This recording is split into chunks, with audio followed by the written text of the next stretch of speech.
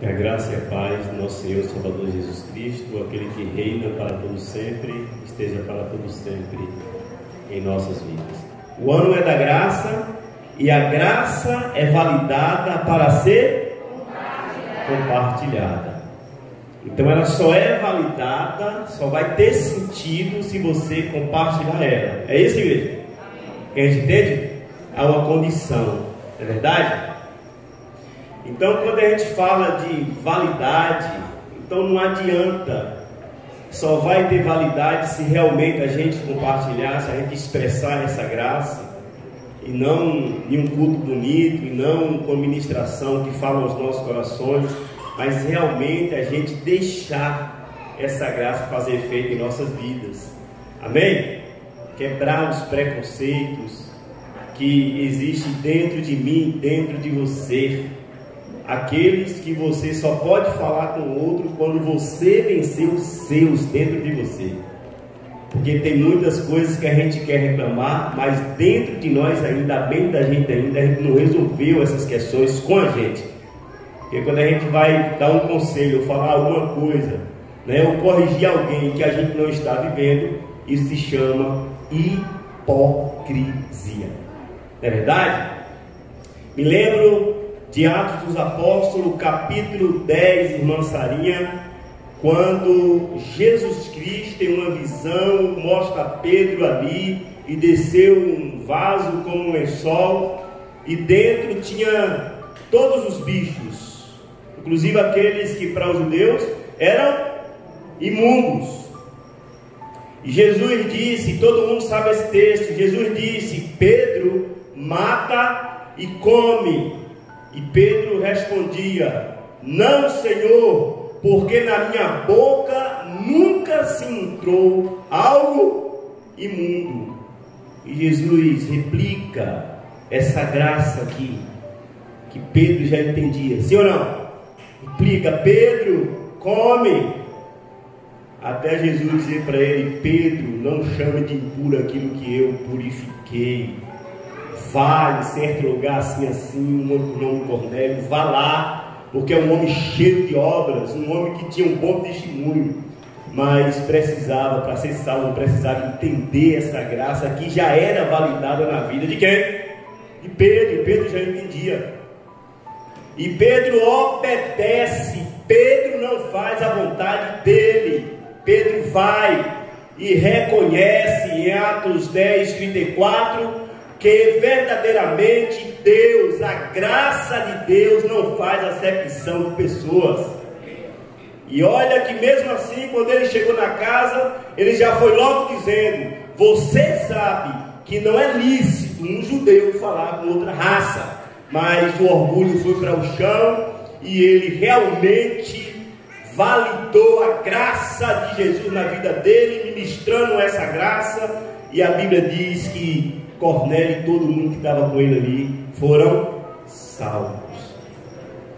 Irmãos, assim como já alcançamos misericórdia, não desfalecemos, pois tudo é por amor de vós, para que a graça multiplicada por meio de muitos faça abundar a ação de graças para a glória de Deus.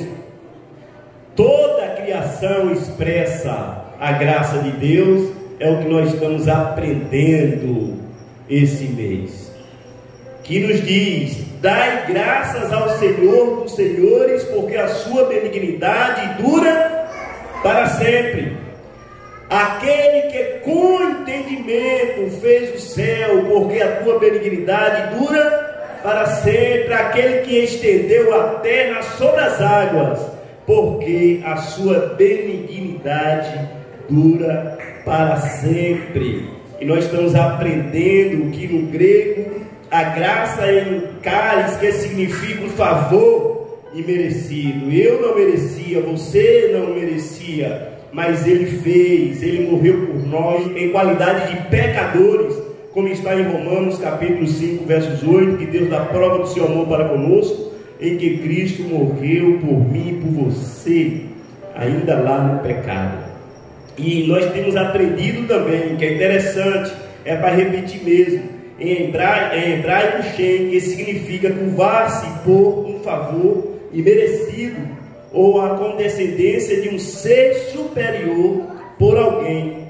E Odã, que é o louvor pelos feitos de Deus, pois a criação, ela é graça. E por isso que a gente só se dobra para quem? A gente só se dobra para quem? Então tem que ter cuidado com quem você está devotando, com quem você está dizendo que é seu Senhor, com quem você está dizendo aí. Tem que ter cuidado com isso, principalmente quando você está em público. Amém, igreja? Para que os mansos aprendam a escolher a graça de Deus, o funcionamento do universo a proclama, como está no Salmo 19, de 1 a 3.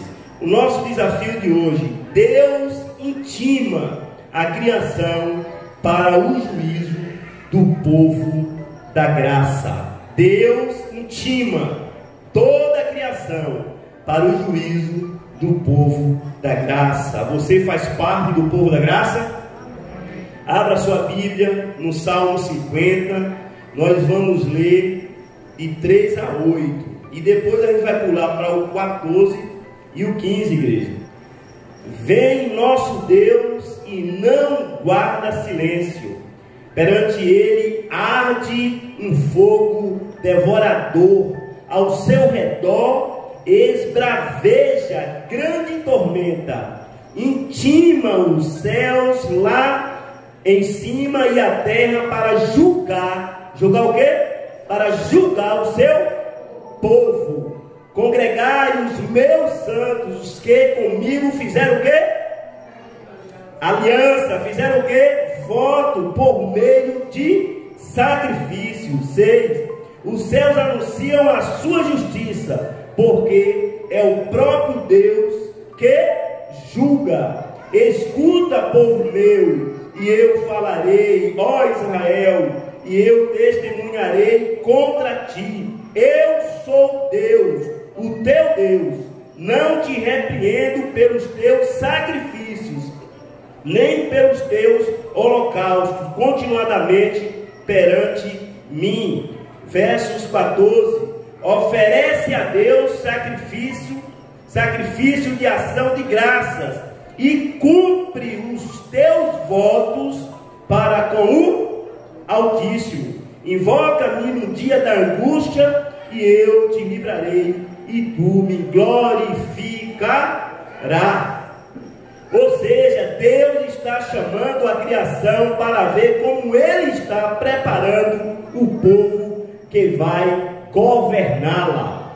Porque o povo de Deus, ele é salvo pelas obras. Ele é salvo por quê? Pela graça. Mas depois de ser salvo pela graça, agora esse povo agora está sendo preparado para julgar. Porque a própria igreja, o povo de Deus, é julgado também por Deus. E nós vamos ver isso nas Escrituras Sagradas. Não um julgamento de juízo final, mas um julgamento de disciplina. Porque a igreja de Deus não pode andar de qualquer jeito. Ela tem um dono, e o dono a disciplina, e o dono a julga. Por isso, irmão, que a Bíblia diz que quando o irmão sofre, toda a igreja sofre. Tem muitas coisas que a gente fica perguntando por que não está dando certo. Pecado que precisa de arrependimento. Por isso que a Bíblia está recheada: arrependei-vos dos vossos pecados, porque é chegado o reino dos céus, o reino de Deus. É impossível você fazer parte do reino de Deus se você não renunciar a si mesmo, se você não se arrepender dos seus pecados. Somos salvos pela graça. Dê testemunho dessa graça, pelo amor de Deus. Mostre que realmente está validada na sua vida, como Pedro quebrou orgulho e foi lá pregar para Cornélio. Irmãos, o negócio é sério. A ação de graças que Deus quer ver na conduta minha e sua é uma ação que corresponde à sua anunciação para harmonizar toda a criação. porque toda a criação é intimada para ver, é intimada por Deus, para ver o próprio Deus julgando o seu povo. Se você voltar no versículo 14, nos diz: oferece a Deus sacrifícios de ações de graças e cumpre os teus votos para com o Altíssimo. Veja uma coisa: o cristão que não honra os seus votos ainda não está aprovado pela graça. O cristão que não honra, que não se preocupa de honrar os seus votos para com Deus, ainda não está aprovado por essa graça. Sabe por quê? Porque o cumprimento dos votos do cristão é a ação de graças de anunciar as virtudes daquele que nos chamou de onde? Das trevas para a sua maravilhosa luz, como está em 1 Pedro capítulo 2, versos 9. Não está. Eu estou na graça e ninguém vê a graça de Deus na sua vida. Eu estou salvo, mas você não tem desejo de levar outro para ser salvo. Alguma coisa está errada com a sua vida. Igreja Batista, Deus, traz um avivamento no nosso meio, porque é preciso, Senhor. 8 anos de pastor nessa igreja e tem hora que cansa. Sabe por que a gente não para? Porque quem me chamou não foi a igreja, foi Jesus de Nazaré. Pastor, tenho 34 anos aqui e às vezes dá a impressão que a gente está falando lá. Mas a obra de Deus não volta vazia, a palavra não volta vazia, a obra não é a palavra. Precisamos nos mexer, precisamos parar de criticar e falar: eis-me aqui, eu quero ir a exame para ir, eu quero ir no ministério, eu quero. Para com esse negócio de tenho muito tempo, eu estou muito sufocada. Para com isso, rapaz. Quanto mais Daniel crescia também a intimidade dele com Deus. Pode ver Davi, Daniel, José. Mas veja uma coisa, irmãos: a graça de Deus,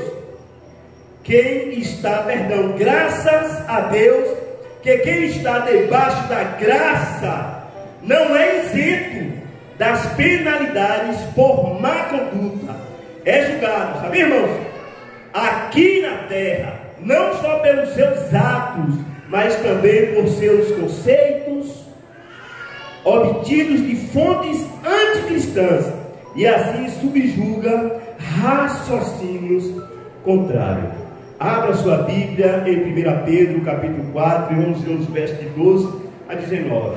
E prepara a Bíblia também para a gente ler 2 Coríntios 10, de 3 a 6. Amém, igreja?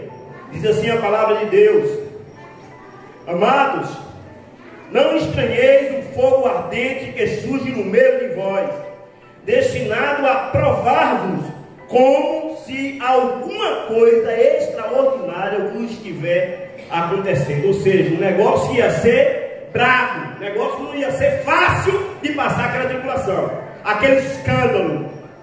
Amém, irmãos?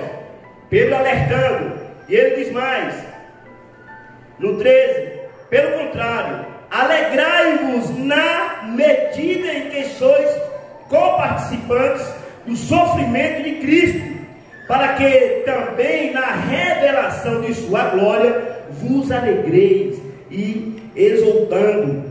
Se pelo nome de Cristo sois injuriados, bem-aventurados sois, porque sobre vós repousa o Espírito da glória e de Deus. Não sofra, presta atenção no 15, não sofra, porém, nenhum de vós como assassino, como ladrão, ou malfeitor, ou com quem se intromete em negócios de outrem, quem gosta de um fuxico, quem gosta de saber da vida dos outros. É um fuxico doido, quem quer saber da vida dos outros e vai trazer tribulação. É muito triste quando a gente vê pessoas dizendo assim: rapaz, fulano gosta de um fuxiquinho. Misericórdia, cristão.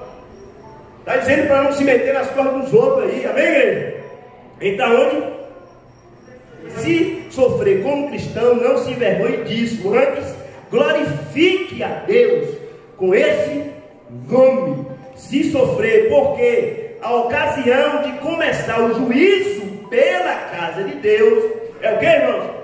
É chegada, ora, se primeiro vem por nós, qual será o fim daquele que não obedece o Evangelho de Deus?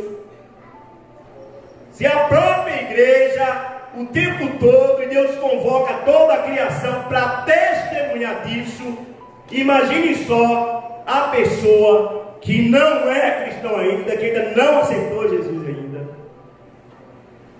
Então ele diz: e se é com dificuldade que o justo é salvo, onde vai comparecer o ímpio? Sim, o pecador.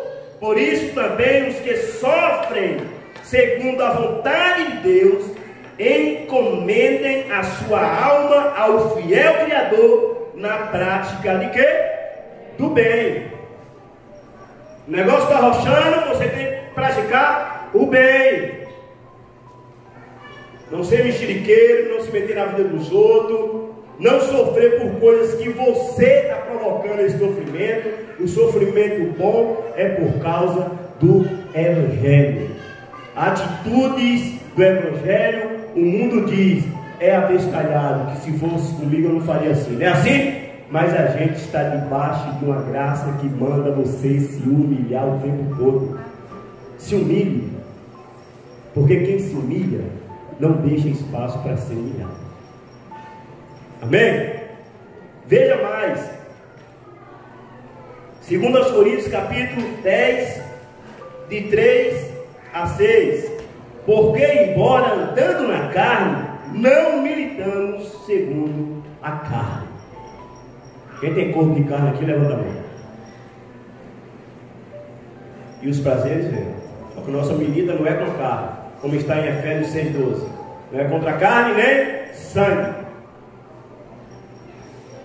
4. Porque as armas da nossa milícia não são carnais, e sim poderosas em Deus, para isso, irmãos, para destruir fortalezas, anulando nos sofismas. Ou seja, está dizendo o seguinte: você é de Jesus, e as suas armas não tem nada a ver com esse mundo. Qual é a sua arma? Pode ser o problema que você imaginar. Fortaleza quer dizer isso. É como aquele problema que você diz assim: rapaz, não tem jeito. Não tem. Com as armas de Cristo tem. Amém? E quais são essas armas? Perdão. O cara levar tudo, que você deixar que leva a capa. O cara dar uma milha, você duas. O cara dá na sua face e você dá outra. Deixar por menos, perdoar, cancelar a dívida.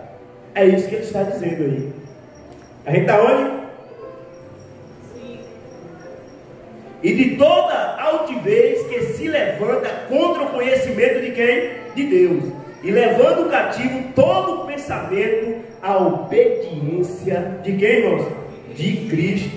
Por isso que quem passa pelos juízos da graça confia a alma a quem? Ao Criador, fazendo bem, adequando-se para julgar até anjos no juízo final. Uma igreja que é preparada é julgada. Quando alguém peca aqui, todo andará sabe. Se brincar, tem lá no outro lado do mundo. É ou não é? Mas fica sem disciplina. É, irmãos? Fica sem disciplina. É isso que é julgamento. Não o julgamento da vida para o juízo final, como eu falei, mas o julgamento aqui. A igreja de Cristo, ela é julgada.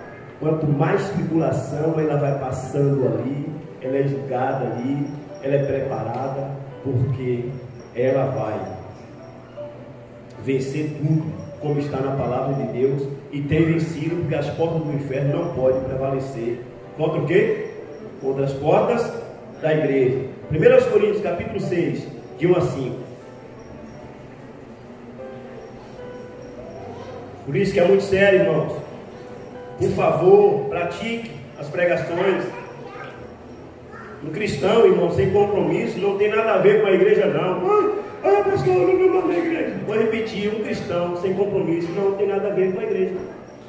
Igreja é compromisso. Amém? Igreja é comprometimento. Não tem nada a ver com a igreja. Precisa ter compromisso.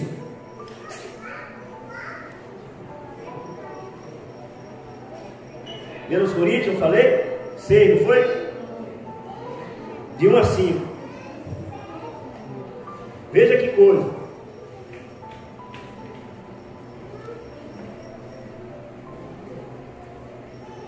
Aventura-se algum de vós, tendo questão contra outros, a submetê-lo a juízo perante os injustos e não perante os santos? Ou não sabeis que os santos são de julgar o mundo? Ora, se o mundo devera ser julgado por vós, sois acaso indignos de julgar as coisas mínimas? Não sabeis que havemos de julgar os próprios anjos? Quanto mais as coisas dessa vida. Entretanto, vós, quando tendes a julgar negócios terrenos, constituís um tribunal daqueles que não têm nenhuma aceitação na igreja. Para vergonha vos digo. Para o quê? Para o quê, irmãos? E vergonha a igreja. Quando nós cristãos quer resolver problema com pessoas da fé em tribunal humano. Isso também simboliza o seguinte: a graça está validada na sua vida? É isso que ele está falando. Porque um irmão que por acaso leva a outro em uma justiça humana, ele já está fracassado. E se continuar assim até o final da vida, não tem nada a ver com Cristo. Ou estou falando da minha mensagem? Porventura não tem alguém no meio do povo de Deus que pode julgar essa causa? Uma vez uma pessoa chegou para mim e disse: vou dar queixa de fulano, pastor, e era da mesma igreja. Eu disse: não vai não, minha irmã. Ela disse: eu vou, que eu não aguento mais. Eu disse: não vai não, minha irmã. Olha o que a Bíblia diz. Eu vou e eu já tenho advogado. E Jesus é comigo. Eu falei: não é não, minha irmã. Pastor, o que? Não, não é não. Jesus está mandando você perdoar, reconciliar. Você veio aqui para isso. Eu estou lhe ensinando como você deve fazer: perdoar, chamar para o acordo, reconciliar. Porque pode ter certeza que se a irmã for, tenha plena certeza, a causa é sua e não de Deus. Você está entregue lá nas mãos dos homens.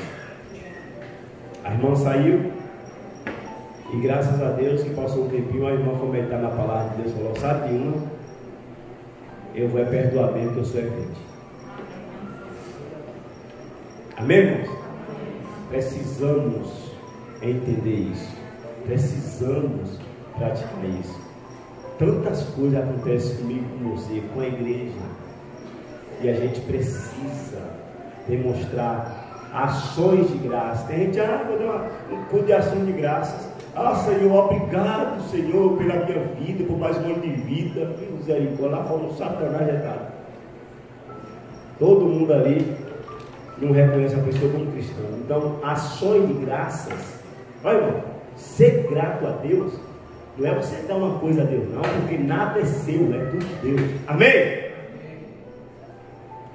Ser grato a Deus é você primeiro mudar o foco, mudar a mente.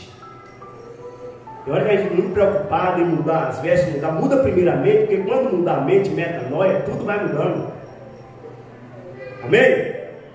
É a mente que precisa mudar. Aí, naturalmente, toda a sua atitude vai mudando. Enquanto a mente não mudar, tu vai ficar no mesmo lugar, no mesmo caminho. Jesus me chama para isso, para mudar. Graças a isso, ser grato. Não é você dar uma coisa, é você cumprir os seus votos com as suas atitudes, aonde você estiver. Não se envergonhar de quem você é. Anunciar o Evangelho. Falar da graça. Lembra do endemoniado gadareno que quis seguir Jesus? Em Marcos 5. E o que foi que Jesus falou para ele? Na verdade, Jesus não saiu daquela região, ele ficou, porque o gadareno ficou naquela região, amém? Então ele tem que crer que Jesus está. Aí ele disse o que para Jesus? Eu quero seguir. Jesus disse o que? Não, vá para os teus, falar do que Deus fez na sua vida. Ou seja, vá dar graças a Deus lá. Entendeu isso? É isso que é dar graças a Deus. Nada contra. A gente faz culto, que acontece, mas antes de você convocar a igreja, ou de você fazer alguma coisa desse tipo, veja primeiro a sua vida, porque aí vai ficar legalzinho, não fica não? Hã? Sim ou não? Aí fica legal. Porque graças a Deus é atitude, não é apenas palavras. É isso que o salmista está falando aqui. E que essa graça que nos incomoda, que nos tira do nosso eu, possa nos incomodar a cada dia. E que Deus traga vivamente como está precisando. A gente precisa trabalhar, a gente precisa fazer muita coisa. Tudo que ainda você fez, ainda é o quê? É nada diante de tantas coisas que precisam ser feitas.